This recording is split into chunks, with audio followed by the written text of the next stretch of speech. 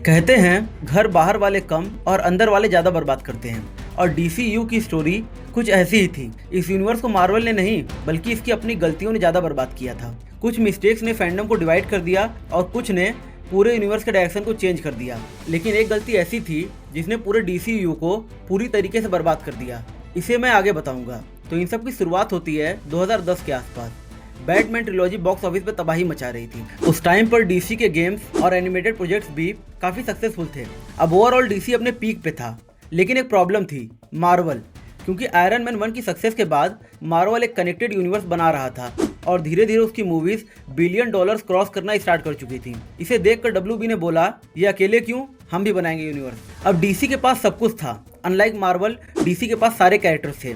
इन्हें जरूरत थी तो सिर्फ एक प्रॉपर प्लानिंग की, और यही वो जगह है जहां कहानी इंटरेस्टिंग हो जाती है। क्योंकि सबसे पहले डब्ल्यूबी वालों ने नोलन से बोला कि इसी बैटमैन यूनिवर्स में और सुपर हीरोज को इंट्रोड्यूस करो। नोलन ने मुंह पे मना कर दिया, लेकिन नोलन ने रिकमेंड किया एक ऐसे डायरेक्टर को जो ऑलरेडी डब्ल्यूबी के लिए 2 बेस्ट कॉमिक बुक एडाप्टेशन बना चुका था, 300 एंड वॉचमैन। अब देखो, बहुत से लोगों को स्नाइडर पसंद नहीं था, पर उस बंदे के पास डीसी को लेकर एक विजन था। वो उन कैरेक्टर्स को समझता था, और इसी विजन के साथ 2013 में रिलीज हुई मैन ऑफ स्टील, और यहीं से ऑफिशियली डीसीयू की शुरुआत होती है। मूवी फाइनेंशियली सक्सेसफुल थी।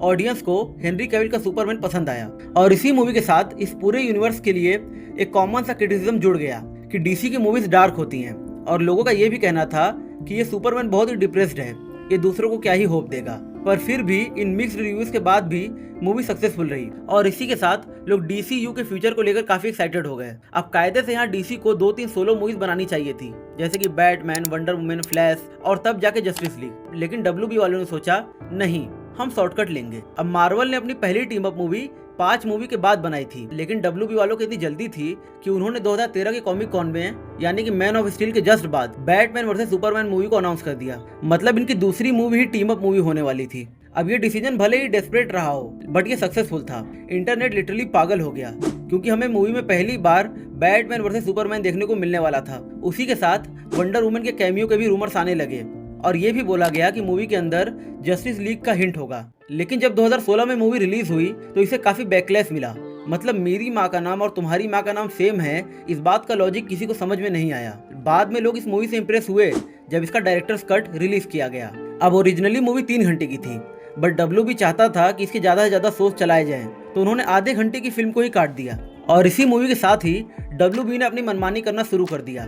अब इसके बाद सेम ईयर रिलीज हुई सुसाइड स्क्वाड। अब ये मूवी बॉक्स ऑफिस पे सक्सेसफुल थी, बट क्रिटिक्स और ऑडियंस दोनों को ये मूवी पसंद नहीं आई। और ऑडियंस की सबसे बड़ी कंप्लेंट थी जोकर को लेकर। जहां हीथ लेजर का जोकर लोग आज भी याद रखते हैं, वहां जेरेड लीटो के जोकर को कोई भी याद नहीं रखना चाहता। अब इस मूवी को लेकर कुछ रूमर्स भी आए थे कि मूवी अच्छी बनी थी, लेकिन स्टूडियो के इंटरफेरेंस की वजह से मूवी खराब हो गई। इनफैक्ट एक कैंपेन भी चला था, रिलीज द ओरिजिनल कट। फिर 2017 में रिलीज हुई wonder woman. Movie super hero से ज्यादा एक ग्रीक माइथोलॉजी बेस्ड मूवी लगती है, और सरप्राइजिंगली इस मूवी को क्रिटिक्स और ऑडियंस दोनों ने पसंद किया।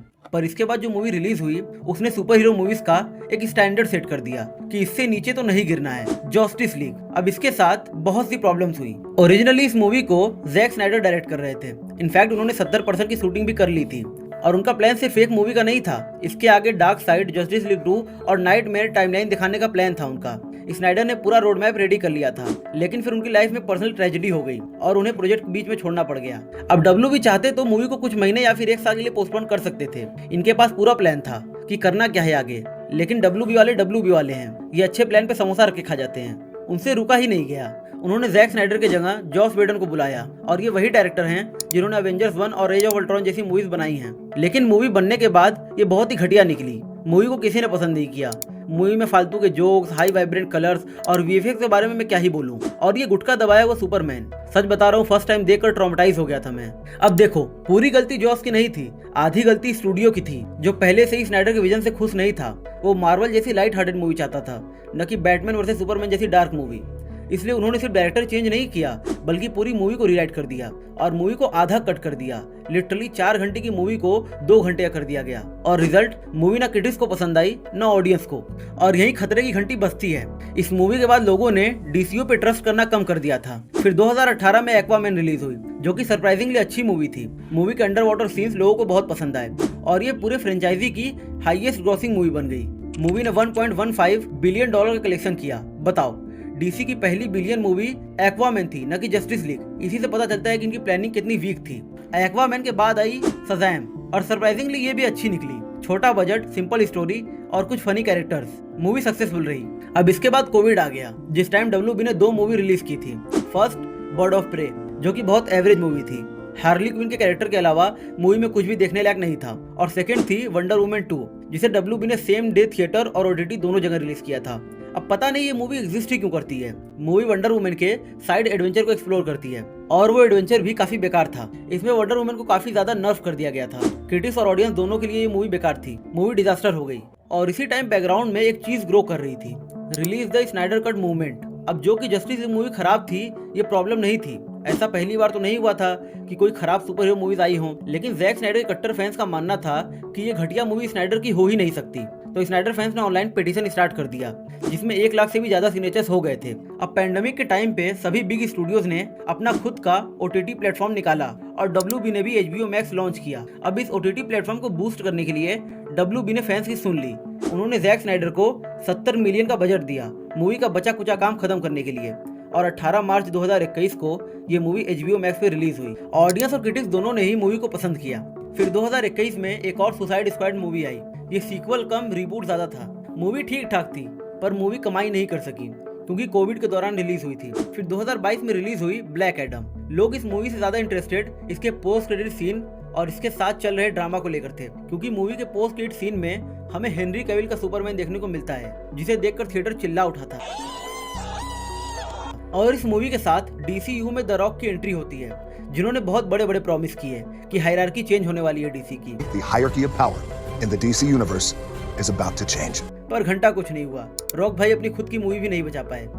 अब हेनरी कैविल को देखकर फैंस खुश थे। उनका भरोसा फिर से DCU को लेकर जाग रहा था। पर WB ने बोला, हमसे फैंस की खुशी बर्दाश्त नहीं होती। उन्होंने हेनरी कैविल को फायर कर दिया और बोला, इट्स रिबूट टाइम। लेकिन उन्होंने फैंस को एक प्रॉमिस किया कि इस बार एक प्रॉपर प्लान होगा और एक प्रॉपर हेड होगा जो कि जेम्स गन बने। और फिर बोला गया कि अब तक जितनी भी मूवीज आई हैं और जो भी आने वाली हैं, इन सब का अब कोई मतलब नहीं है। और इस न्यूज के बाद जो भी मूवीज आई वो सब फेलियर रही। अब लोग देखने जाए भी क्यों? अगर इन मूवीज का कोई कंक्लूजन निकलना ही नहीं है तो मैं क्यों इस पे अपना पैसा और टाइम दूं? एक्वामैन 2 इस यूनिवर्स की आखिरी मूवी थी और फाइनली 10 साल बाद ये यूनिवर्स खत्म हो गया। लेकिन DCU की कहानी यहीं खत्म नहीं होती, क्योंकि असली सवाल अब भी वही है, ये यूनिवर्स फेल क्यों हुआ? अब ये बताने से पहले मेरी एक छोटी सी रिक्वेस्ट है, वीडियो को लाइक और चैनल को सब्सक्राइब कर लो, करा दो मेरे बन के। अब मेरे हिसाब से DCU फेल होने के 4 बड़े रीजन थे। सबसे पहला रीजन था आइडेंटिटी का ना होना। जैक स्नाइडर ने जिस टोन और विजन के साथ इस यूनिवर्स की शुरुआत की थी, उसमें हर किसी ने छेड़छाड़ किया। कभी स्टूडियो इंटरफेयर करता था तो कभी डायरेक्टर चेंज हो जाता था और कभी पूरी डायरेक्शन ही बदल दी जाती थी। रिजल्ट, हर मूवी अलग अलग फील होती थी, न कि एक यूनिवर्स की। और इसी इनकंसिस्टेंसी की वजह से जनरल ऑडियंस इस यूनिवर्स से कनेक्ट ही नहीं कर पाई। दूसरा रीजन था पैनिक। जब भी किसी मूवी को क्रिटिसिज्म मिलता था, WB उस प्रॉब्लम को सॉल्व करने के बजाय पूरे डायरेक्शन को ही बदल देता था। बैटमैन वर्सेस सुपरमैन पे बैकलैश मिला तो सुसाइड स्क्वाड का टोन बदल दिया गया। जस्टिस लीग पे ट्रस्ट नहीं था तो स्नाइडर को रिप्लेस कर दिया गया। और इसी शॉर्ट टर्म डिसीजन के चलते लॉन्ग टर्म प्लानिंग खत्म हो गई। तीसरा रीजन था पोटेंशियल का वेस्ट होना। DC के पास राइट्स और स्टोरीज की कमी नहीं थी। Injustice, crisis on infinite earth, Batman Halloween, blackest night, ऐसे न जाने कितनी लेजेंडरी स्टोरी लाइन्स DC के पास थी, लेकिन DC ने उन्हें बिल्ड करने के बजाय शॉर्टकट लेने की कोशिश की और इसी चक्कर में कई अपॉर्चुनिटीज हमेशा के लिए मिस हो गई। और चौथा और सबसे बड़ा रीजन, मार्वल को कॉपी करने की कोशिश करना। DC की सबसे बड़ी स्ट्रेंथ ये थी कि वो मार्वल जैसा नहीं था। उसके कैरेक्टर्स अलग थे, उसकी स्टोरीज अलग थी और उसका टोन भी काफी अलग था। लेकिन धीरे धीरे DC अपनी आइडेंटिटी बनाने के बजाय मार्वल जैसा बनने की कोशिश करने लगा और इसी वजह से उन्हें न तो मार्वल वाली ऑडियंस मिली और ना ही वो अपने ऑडियंस को संभाल पाए। और शायद इसीलिए DCU को मार्वल ने नहीं हराया, DCU को खुद DCU ने बर्बाद किया। अब वुल्वरीन कैसे सबसे फेमस एक्समैन बन गया, ये जानने के लिए लेफ्ट वाली वीडियो क्लिक करो। और एक्समैन फ्रेंचाइजी क्यों फेल हुई, ये जानने के लिए राइट वाली वीडियो क्लिक करो। आओ बताता हूँ।